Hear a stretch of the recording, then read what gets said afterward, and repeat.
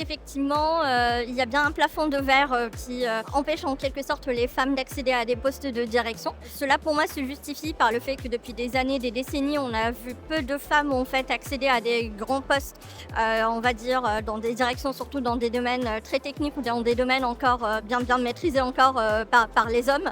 On a peu de modèles féminins dans ces directions. On voit d'ailleurs peu de femmes dans le CAC 40 par exemple. Et donc pour moi, ça continue en fait à préserver un modèle où on voit peu de femmes accéder par l'absence de modèle, par l'absence d'exemple et par l'absence peut-être aussi d'encouragement à aller vers ces postes de direction.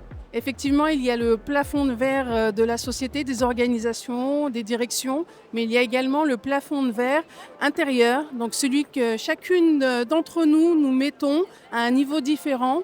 Et donc, il y a deux aspects à travailler, le plafond de verre point de vue extérieur et le plafond de verre intérieur. Je pense que le principal frein, ce n'est plus les compétences, parce qu'en tant que femme, on a démontré qu'on pouvait être aussi compétente qu'un homme.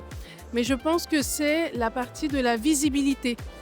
Et donc, on est encore invisible parmi des comités de direction, des CODIR ou des COMEX, simplement parce qu'on ne nous donne pas assez tôt les responsabilités pour pouvoir prouver justement qu'on est capable également aux décisions. J'ajouterais aussi pour moi en principal frein l'absence quand même de modèle. Je trouve que c'est très important, en fait ça n'encourage pas suffisamment.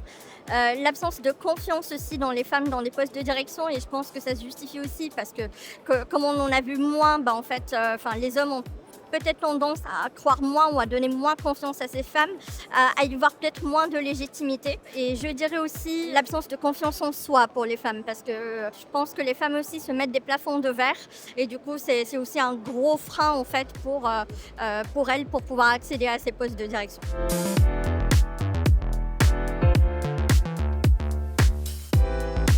Alors pour ma part, je m'efforce à croire que non. Aujourd'hui, les critères de leadership ne sont plus en quelque sorte le propre des modèles masculins.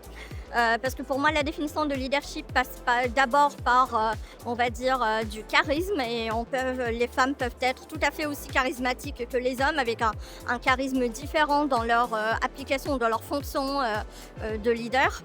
Pour moi, le leadership aussi, il passe par la capacité à rassembler. Et les femmes en sont tout à fait capables comme les hommes. Donc, je n'y vois pas non plus, en fait, un propre masculin. Et finalement, je trouve aussi que le leadership passe grandement par la capacité à avoir une vision et à communiquer cette vision-là.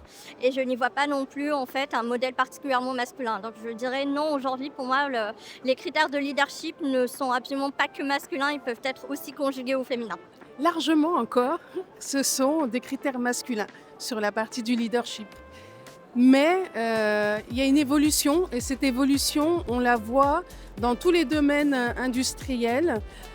Comme par exemple avec Sheryl Sandberg dans l'industrie du numérique, ou encore avec Christine Lagarde. Pour moi, ce sont des femmes qui commencent à nous montrer, et ça fait quand même pas mal d'années, qui nous montrent que le leadership féminin a autant de pouvoir que celui des hommes. Et grâce à cette sororité, finalement, on arrive à mettre des images différentes sur ce leadership. Donc, pour moi, effectivement, largement encore masculin, là, en 2026, mais il tend à une évolution, et les femmes, grâce à leur sororité et leur entraide, arriveront bientôt à une égalité, je l'espère.